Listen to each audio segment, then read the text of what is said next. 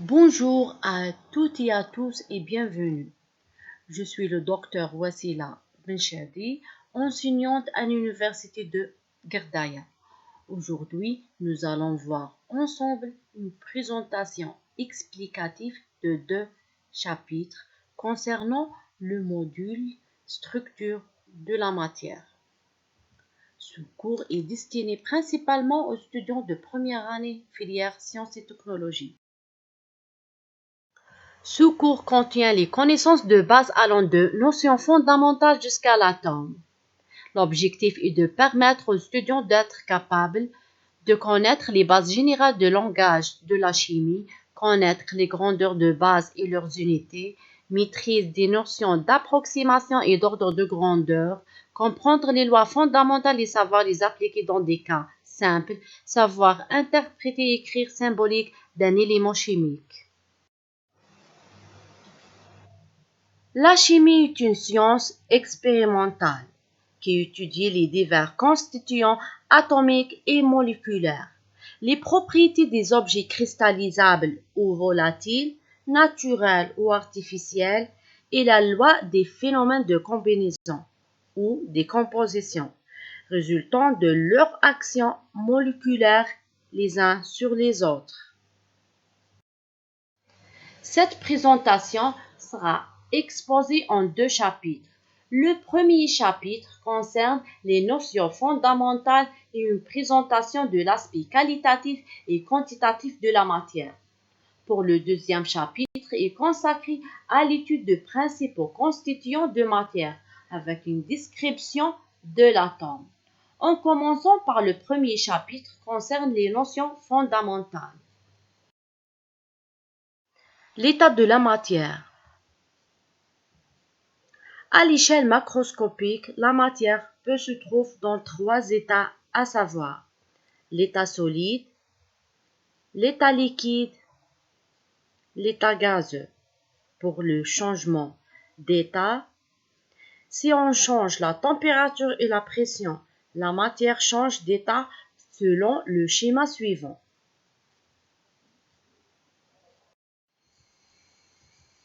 L'atome, composant de la matière, la plus petite particule possible d'un élément. La molécule, c'est un groupe de plus de 2 atomes liés entre eux par des liaisons fortes.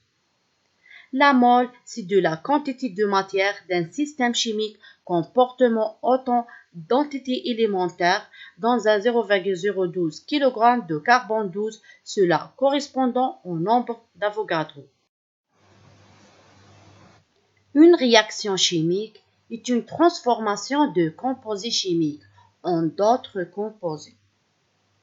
On présente généralement cette transformation en indiquant les molécules de départ à gauche et celles obtenues à l'issue de la transformation à droite. Les 2 entités sont séparées par une flèche. La matière se trouve sous forme d'un corps pur, simple ou composé, et de mélanges homogènes et hétérogènes. Une solution est un mélange homogène de 2 ou plusieurs constituants en phase.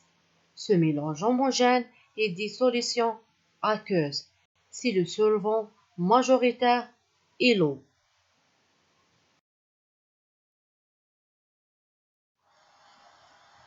Solution aqueuse. Solution aqueuse est une phase liquide contenant plusieurs espèces chimiques majoritaires, l'eau comme solvant, et des espèces minoritaires, les solutés ou espèces chimiques dissoutes. Saturation. Une solution saturée est obtenue par dissolution d'un soluté dans un solvant. La solution est saturée lorsque le soluté introduit ne peut plus se dissoudre et forme un précipité. La dilution. Pour obtenir une nouvelle solution moins concentrée que la solution initiale en ajoutant du solvant.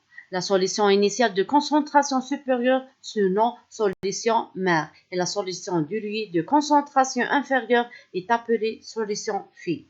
Lors d'une dilution, la quantité de matière de solide ne change pas. D'une façon, un mère est égal à un phi. Les concentrations sont des grandeurs avec unité permettant de déterminer la proposition des solidités par rapport à celle du solvant. Selon la nature de l'unité choisie, on distingue la concentration molaire, molalité, concentration pondérale, fraction pondérale, titre, fraction molaire, concentration normale, masse volumique. Pour le deuxième chapitre concerne les principaux constituants de l'atome.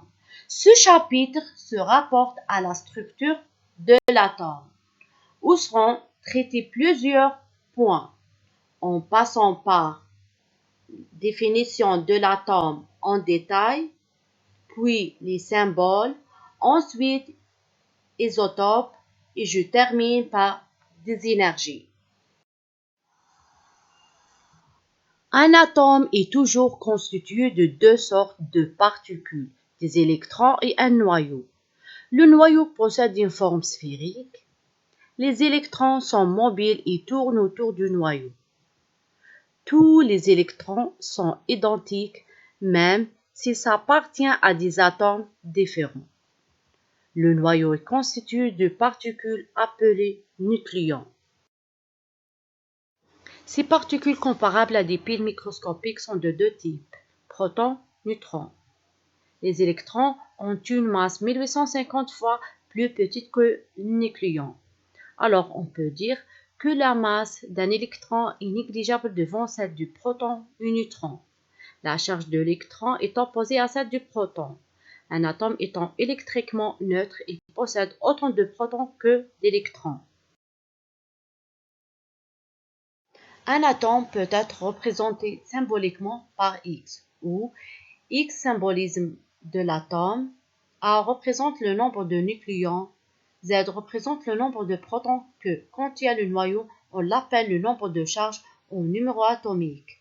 La différence A-Z donne donc le nombre de neutrons dans le noyau, et Z donne aussi le nombre d'électrons que comporte l'atome.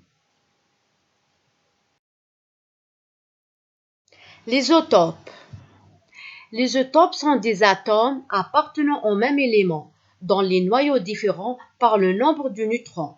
Les isotopes possèdent le même numéro atomique, mais comportent un nombre de masses A variable. Les isotopes peuvent être naturels ou artificiels. Les isotopes naturels peuvent être stables ou instables. Les isotopes artificiels sont toujours radioactifs. L'énergie de liaison et de cohésion. L'énergie de liaison, c'est l'énergie nécessaire à la formation d'un noyau quelconque à partir de ses nucléons. C'est une grandeur toujours positive puisqu'elle est reçue par le système considéré. Par contre, l'énergie de cohésion est l'énergie nécessaire à la destruction d'un noyau en s'y constituant. Cette énergie est toujours négative.